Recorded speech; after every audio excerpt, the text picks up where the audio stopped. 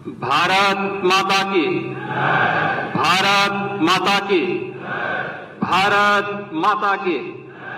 वंदे वंदे वंदे।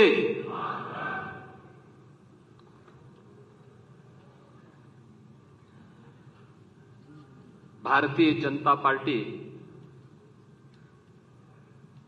उत्तर प्रदेश की कार्य समिति के आज के इस महत्वपूर्ण सत्र में अपना योग्य मार्गदर्शन प्रदान करने के लिए यहां पर उपस्थित दुनिया के सबसे बड़े राजनीतिक दल भारतीय जनता पार्टी के राष्ट्रीय अध्यक्ष, केंद्र सरकार में स्वास्थ्य और परिवार कल्याण मंत्री आदरणीय श्री जगत प्रकाश नड्डा जी, इस मंच पर हम सब के बीच में हैं। मैं प्रदेश भर से आए हुए भारतीय जनता पार्टी संगठन के पदाधिकारियों, प्रदेश सरकार के मंत्रियों, जिला के क्षेत्र के पदाधिकारियों,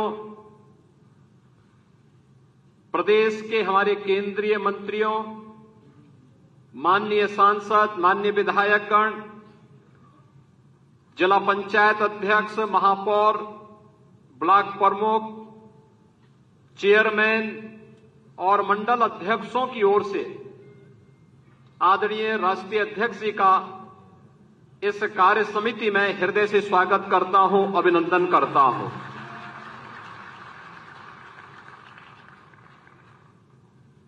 जनवरी 2024 के बाद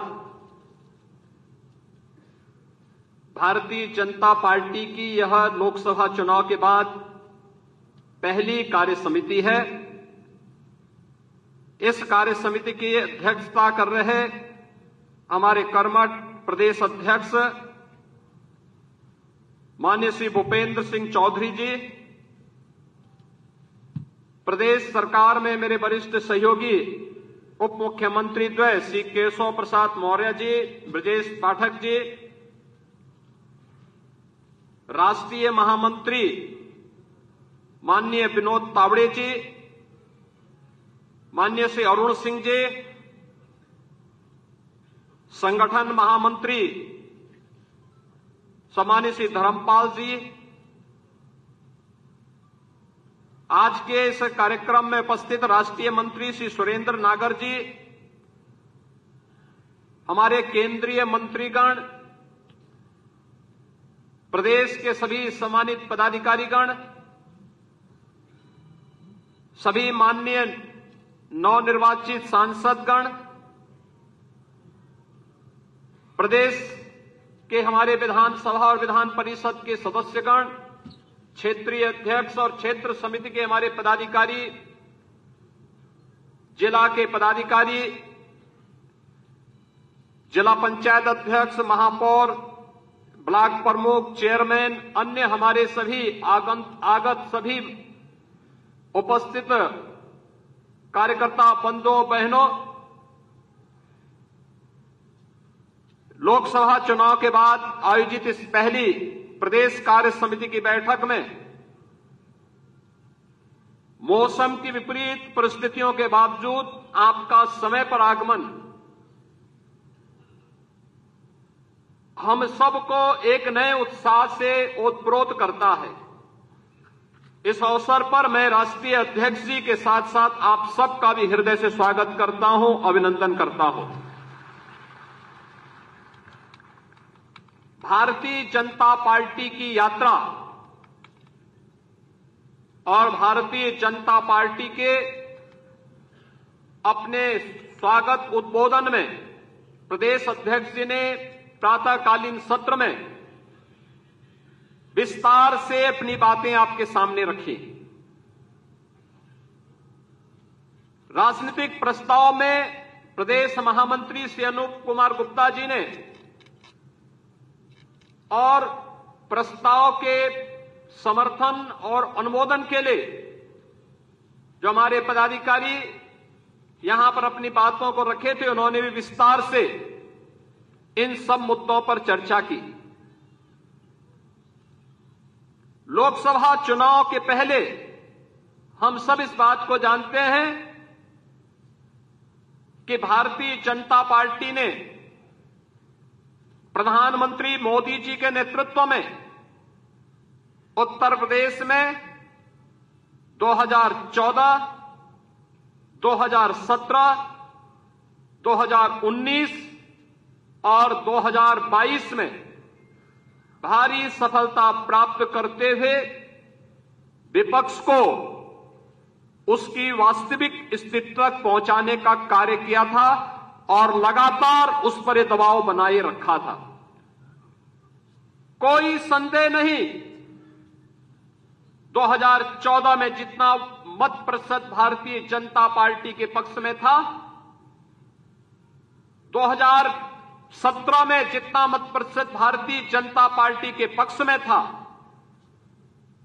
2022 में जितना मत प्रतिशत भारतीय जनता पार्टी के पक्ष में था, 2024 में भी आप सभी कार्यकर्ताओं के संघर्ष से, प्रयास से, प्रधानमंत्री मोदी जी के नेतृत्व में, माननीय राष्ट्रीय अध्यक्ष जी के नेतृत्व में भारतीय जनता पार्टी उतना वोट पाने में सफल रही।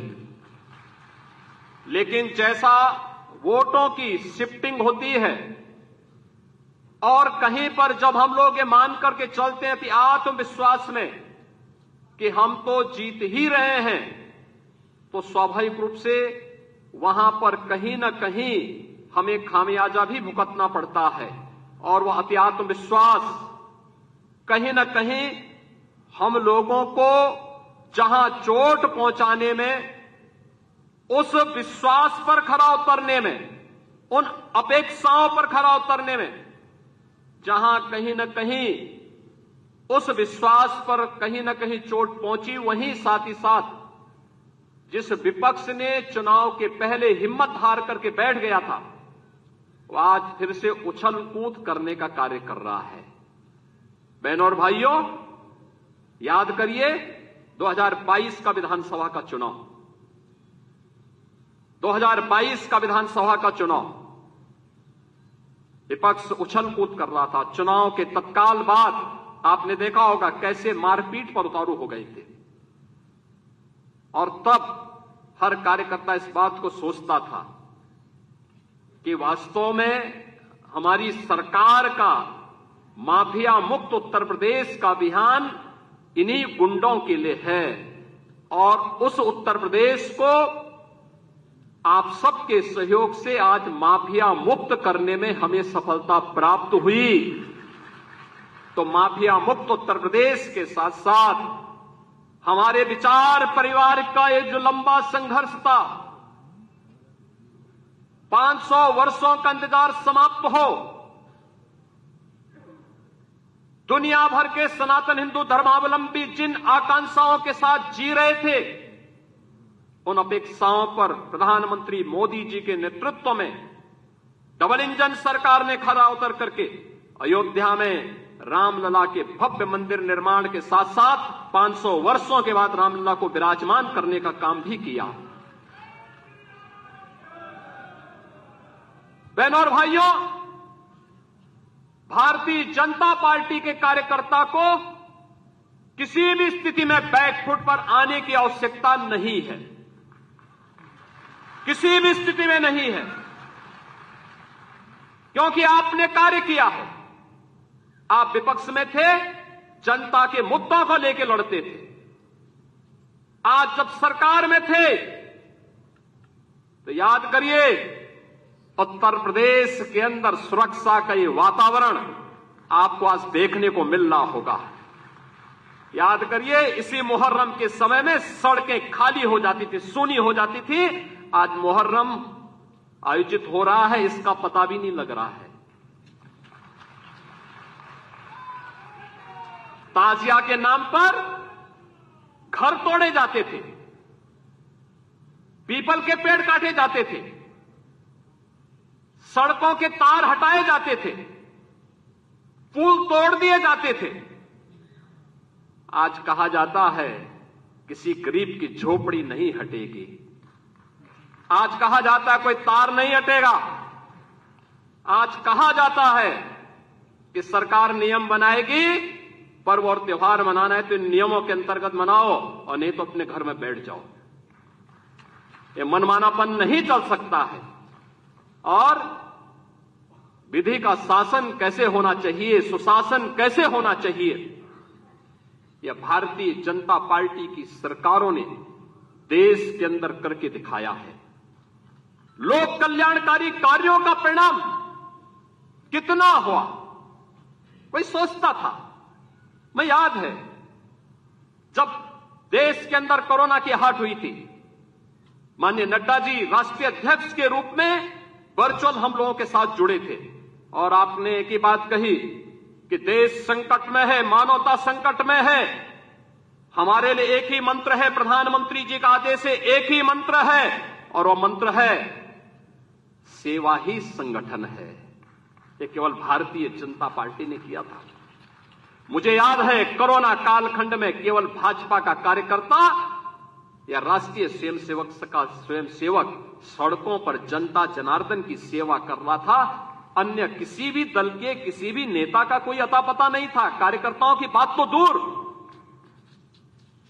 आपने देश के अंदर 10 करोड़ गरीबों को मकान दिए। उत्तर प्रदेश में 56 लाख गरीबों को बिना भेदभाव के मकान दिए।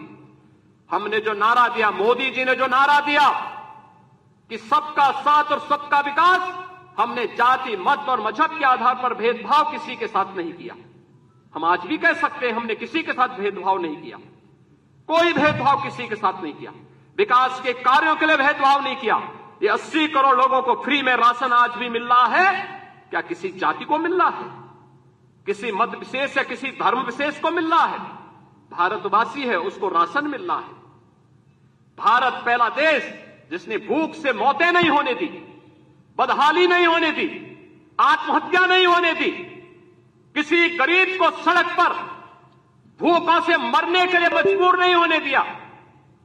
लेकिन उस सबके बावजूद भारतीय जनता पार्टी का कार्यकर्ता लगातार कार्य करता रहा।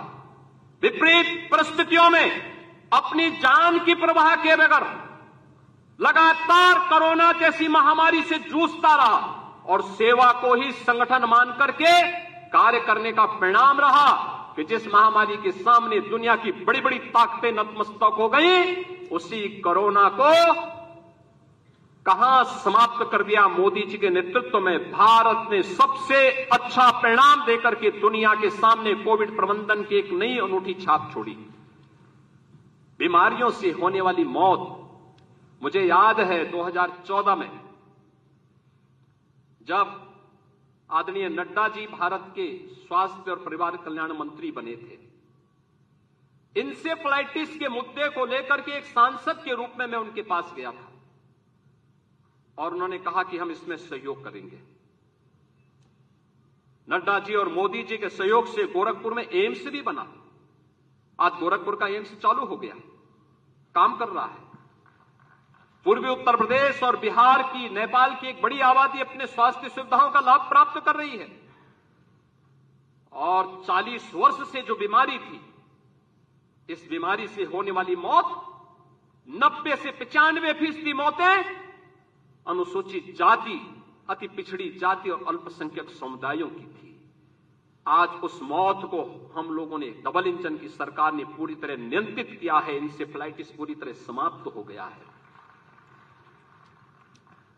उत्तर प्रदेश जैसे राज्य में इंफ्रास्ट्रक्चर, एक कल्पना थी, आज आप जाते होंगे आपको 4 लेन की कनेक्टिविटी मिलती होगी। आज आप कहीं भी जाइए, प्रयागराज जाइए, काशी जाइए, लखनऊ आइए, अयोध्या जाइए, गोरखपुर जाइए, पश्चिम के किसी भी जनपद में जाइए, इंटर स्टेट बॉर्डर पर जाइए, आपको लगेगा आज कोई नहीं कह सकता है उसको उत्तर प्रदेश का वासी कहने में संकोच नहीं होगा, क्योंकि उत्तर प्रदेश का इंफ्रास्ट्रक्चर किसी भी अन्य जगह से अच्छा आपको प्राप्त होगा।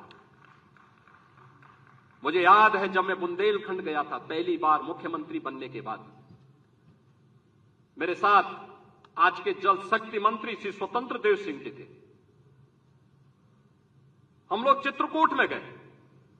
मैंने चित्रकूट में वहां के कार्यकर्ताओं के साथ बैठक किए, जनप्रतिनिधियों के साथ बैठक किए। रात्रि को मैंने वहां के उद्यमी और व्यापारियों के साथ बैठक की थी। मैंने उनसे कहा, मैंने कहा भाई यहाँ चित्रकूट में अच्छे होटल क्यों नहीं आ रहे हैं, अच्छी धर्मशालाएं क्यों नहीं बन रही हैं? उन्होंने एक ही बात कही, उन्होंने कहा अगर कोई निवेश करेगा तो डकैत उसका अपहरण कर देंगे। तो मैंने कहा मैं अगली बार तब आऊंगा जब यहां से डकैतों से मुक्त कर दूंगा। और मुझे बताते हुए प्रसन्नता है, आज न केवल बुंदेलखंड चित्रकूट बल्कि पूरा बुंदेलखंड डकैतों से मुक्त हो चुका है, माफिया से मुक्त, डकैतों से मुक्त। आज आप कहीं भी जाते होंगे, क्या काशी, क्या अयोध्या, क्या मथुरा वृंदावन, क्या विंध्यवासिनी धाम, क्या सुखतीर्थ, क्या निमिषारण्य, क्या ये आपकी वैचारिक यात्रा और आपकी आध्यात्मिक विरासत को क्या सम्मान यहां पे नहीं मिला? आजाद देश 1947 में हो गया था। ये काम 1947 में होना चाहिए था, ये कार्य उसके बाद होना चाहिए था। डॉक्टर लोहिया की विरासत को संभालने वाले लोग, जिस डॉक्टर लोहिया ने कहा था कि भारत की पहचान 3 महापुरुषों पर है, उन्होंने कहा था कि भारत तब तक भारत है जब तक भारत के अंदर राम, कृष्ण और शिव की पूजा होगी, तब तक भारत का कोई बाल बांका नहीं कर सकता है। और राम, कृष्ण और शिव की इस परंपरा को क्या इन समाजवादियों ने कलंकित नहीं किया था? क्या अयोध्या को लहूलुहान नहीं किया था? और क्या यही कार्य ये लगातार नहीं करते रहे? मुझे आश्चर्य होता है। राजूपाल की हत्या होती है प्रयागराज में, क्या राजूपाल पिछड़ी जाति के नहीं थे? उमेश पाल की हत्या होती है, क्या उमेश पाल पिछड़ी जाति के नहीं थे? भारतीय जनता पार्टी के विधायक कृष्णानंद राय की निर्मम हत्या हो जाती है, और कृष्णानंद राय के साथ गोलियों का शिकार होने वाले लोग कौन थे? एक रमेश पटेल थे, एक रमेश यादव थे, कोई अन्य पिछड़ी जाति का था। क्या इनको पिछड़ी जाति में नहीं मानते लोग? क्या क्यों नहीं इनके बारे में आवाज उठी? ये आवाज को तभी बल क्यों मिला जब भारतीय जनता पार्टी की सरकार हुई।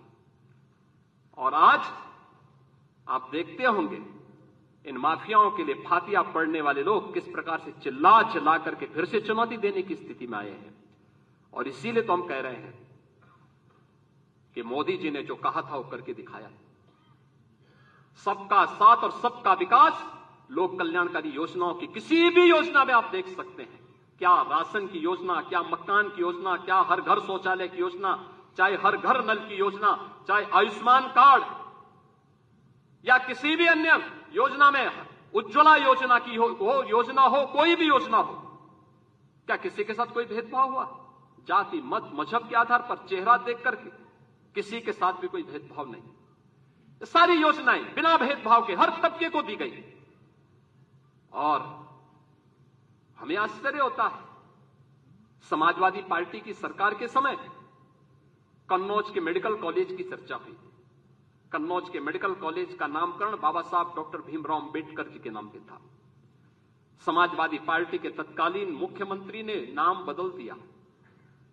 और इस बार जब मैं वहां गया था, हमारे वहां मंत्री श्री असीम और उन्होंने मेरे सामने इस बात को रखा।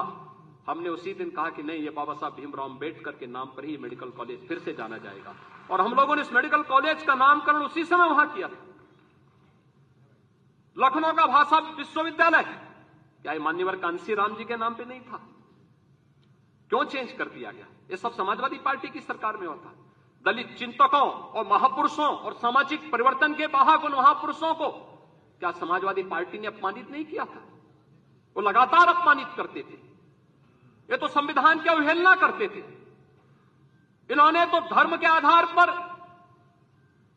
अनुसूचित जाति जनजाति और पिछड़ी जाति को मिलने वाले आरक्षण पर भी सेंध लगाने का काम किया था। कौन नहीं जानता 2016 में जब समाजवादी पार्टी की सरकार थी, अनुसूचित जाति के नौजवानों की स्कॉलरशिप को समाजवादी पार्टी की सरकार ने रोकने का काम किया था। हम लोग इसको मुद्दा नहीं बना पाए, हम अपनी उपलब्धियों को मुद्दा नहीं बना पाए। मोदी जी के नेतृत्व में पंचतीर्थ बने। नई संसद बनने पर नई संसद में प्रधानमंत्री मोदी जी देश के पहले प्रधानमंत्री हैं जिन्होंने संविधान की मूल प्रति को अपने सिर पे रख करके नई संसद में स्थापित करने का काम किया था। भारतीय जनता पार्टी संविधान को सर्वोच्च सम्मान देने वाली पार्टी, अनुसूचित जाति, जनजाति और पिछड़ी जाति के अधिकारों को संरक्षित करने वाली पार्टी, लेकिन अफवाह और भ्रम की स्थिति पैदा करके जिस प्रकार से माहौल खराब करने का प्रयास किया गया, ये जानते हुए, दुनिया की ताकतें जानती हैं, ये समाज बिखरा होगा तो आसानी से शिकार हो जाएगा, एकजुट होगा तो बड़ी बड़ी ताकतें इस समाज की ताकत के सामने धराशायी हो जाएंगी। आप इस ताकत को जाति के नाम पर विभाजित करके शक्ति को छिन्न भिन्न करने का जो पाप अभी चुनाव के दौरान हुआ है, हमें उससे सतर्क और सावधान होना होगा।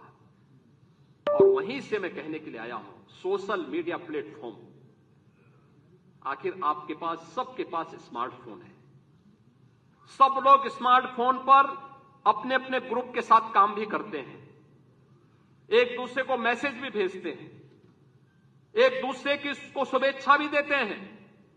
लेकिन क्या कारण था कि जो षड्यंत्र हो रहे थे, जिस षड्यंत्र की आशंका दिखाई दे रही थी, उस षड्यंत्र को करने में वे विदेशी ताकतें और विरोधी सभी सफल हो गए। क्या कारण था? हम लोगों को इसके बारे में जागरूक होना पड़ेगा। आप एक राष्ट्रवादी मिशन के मजबूत स्तंभ हैं और उस राष्ट्रवादी मिशन के साथ जुड़े होने के नाते जहां भारतीय जनता पार्टी कहती है नेशन फर्स्ट, देश पहले है, दल बाद में है और मेरा स्वयं का हित सबसे बाद में है, उस भारतीय जनता पार्टी के कार्यकर्ता को क्या ये नहीं देखना चाहिए कि सोशल मीडिया में क्या कुछ चल रहा है और उस अभियान के साथ जुड़ना, उसको देखना, उसका खंडन करना और फिर पंचतीर्थ के फोटो, दलित महापुरुषों के और चिंतकों के बारे में भारतीय जनता पार्टी की उपलब्धियां, गरीब कल्याणकारी योजनाएं, इन सब को भी अगर हम साथ साथ भेजे होते, उन लोगों के साथ संवाद बनाए होते, तो हो सकता है इसमें कुछ और चीजें देखने को मिलती। ऐसा नहीं कि ये षड्यंत्र हुए ना हुए, 2019 में हुआ था, 2019 में हुआ था। 2019 में एक बड़े गठबंधन को उत्तर प्रदेश के अंदर बनाने का कार्य हुआ था और तब आज के हमारे राष्ट्रीय अध्यक्ष तब प्रदेश के प्रभारी के रूप में इस दायित्व का निर्वहन कर रहे थे। याद करिए, तब हम लोगों ने 43% वोट के प्रतिशत को बढ़ाकर के 51% करने का काम किया था और भारतीय जनता पार्टी ने सबसे बड़े गठबंधन को धराशायी करने का काम किया था, इसी प्रदेश में किया था। और इसीलिए आज मैं कहने के लिए आया हूं, सोशल मीडिया प्लेटफॉर्म आपके लिए कितना बड़ा उपयोग हो सकता है, यह भी हमें देखना होगा। बहुत सारी ऐसी चीजें हैं जिन चीजों को हमें वास्तविक धरातल पर उतारना होगा और उसके लिए अगर हम प्राण से जुड़ करके एक बार फिर से कार्य करना शुरू करेंगे, कोई कारण नहीं। हमने नगर निकाय चुनाव में सभी 17 की 17 मेयर की सीट हम लोगों ने जीती थी। 17 की 17 सीट भारतीय जनता पार्टी ने प्रदेश के अंदर जीत करके पहली बार भारतीय जनता पार्टी 17 की 17 नगर निगम की सीट जीती थी। सर्वाधिक नगर निकायों की सीट जो जीती थी, सर्वाधिक, यानी 17 की 17 नगर निगमों में भारतीय जनता पार्टी का फुल मेजोरिटी का बोर्ड बना और प्रदेश के अंदर सर्वाधिक पार्षद भी भारतीय जनता पार्टी के जीते। हमारे महापौरगण यहां पर प्रदेश के अलग अलग नगर निगमों से भी आज यहां पर उपस्थित हुए हैं। हम उस जीत के सिलसिले को, जिस जीत ने विधानसभा को चुनाव भी जिताया, नगर निकायों में भारी सफलता प्रदान कराई, सर्वाधिक चेयरमैन और सर्वाधिक पार्षद भी जिताए और आजमगढ़ और रामपुर के उपचुनाव में भी विजय पताका भारतीय जनता पार्टी ने अपना गाड़ने का काम किया था। कोई कारण नहीं 10 की 10 उपचुनाव फिर से भारतीय जनता पार्टी अपने पक्ष में करने में सफल हो। लेकिन इसके लिए आज से जुड़ना पड़ेगा, लगना पड़ेगा। एक एक कार्यकर्ता को अपना अभियान मान करके फिर इस अभियान के साथ जुटना पड़ेगा और उसी के लिए आपका आह्वान करने के लिए आज फिर हम लोग आए हैं। बहनों और भाइयों, हम 2010 के 10 उपचुनावों के लिए तो हमें अभी से तैयारी करनी ही है, लेकिन हमें इस बात का याद रखना, उत्तर प्रदेश को जो नई पहचान बनी है, उत्तर प्रदेश जो पहले छठी अर्थव्यवस्था थी, आज देश की नंबर 2 की अर्थव्यवस्था बन चुकी है और तेजी के साथ उभरती हुई अर्थव्यवस्था के रूप में अपने आप को स्थापित कर रही है। उत्तर प्रदेश का जो परसेप्शन बदला है, आज आप देश और दुनिया के अंदर कहीं जाते होंगे, लोग उत्तर प्रदेश के नाम पर आपको सम्मान देते होंगे। इस सम्मान को बरकरार रखने के लिए जीत के सिलसिले को फिर से आगे बढ़ाने की आवश्यकता है और उसको बढ़ाने के लिए आह्वान करने के लिए आज आपके सामने माननीय राष्ट्रीय अध्यक्ष भी आए हैं। जीत का यह सिलसिला जो 14, 17, 19, 22 पंचायत चुनाव, नगर निकाय चुनाव, उपचुनावों में बना रहा, यही मोमेंटम 2027 में भी बनेगा। यह हमारा संकल्प आज से होना चाहिए, आज से होना चाहिए। याद रखना, भारतीय जनता पार्टी है तो जिले में हमारा महापौर भी है, जिला पंचायत अध्यक्ष भी है और ब्लॉक प्रमुख भी है, चेयरमैन भी है, पार्षद भी है। और अगर यहां पर कहीं कोई खरोंच आता है तो वहां उसके असर वहां पर भी पड़ने वाला है और इसीलिए अभी से इसकी तैयारी में जुटना होगा। एक एक व्यक्ति को जुटना पड़ेगा, ब्लॉक प्रमुख हो या चेयरमैन, महापौर हो या जिला पंचायत अध्यक्ष, विधायक हो या विधान परिषद सदस्य, लोकसभा के हमारे माननीय सांसद हो या फिर राज्यसभा के माननीय सांसद, इन सबको संगठन के साथ बेहतरीन तालमेल बना करके, संगठन जिसको तय करे उसके साथ खड़ा होकर के प्राणपण से जुट करके कमल चुनाव चिन्ह को विजयी बनाने के संकल्प के साथ अगर हम आगे बढ़ेंगे तो आपका भी सम्मान होगा, सर्वत्र सम्मान भी मिलेगा।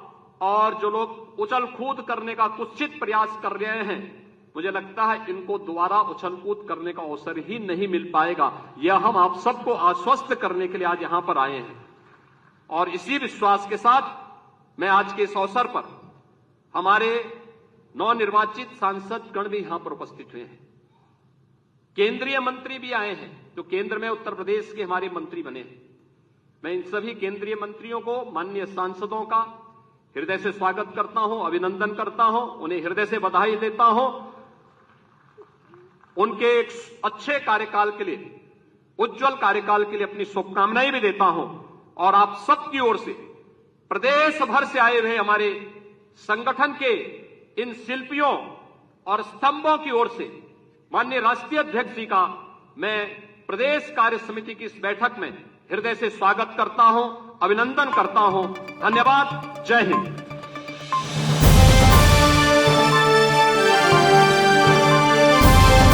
समाजकारण, प्रशासन आणि राजकारणातल्या अचूक विश्लेषणासाठी बखर लाईव्हच्या सोशल मीडिया प्लॅटफॉर्म्सना लाईक, फॉलो आणि सबस्क्राईब करा।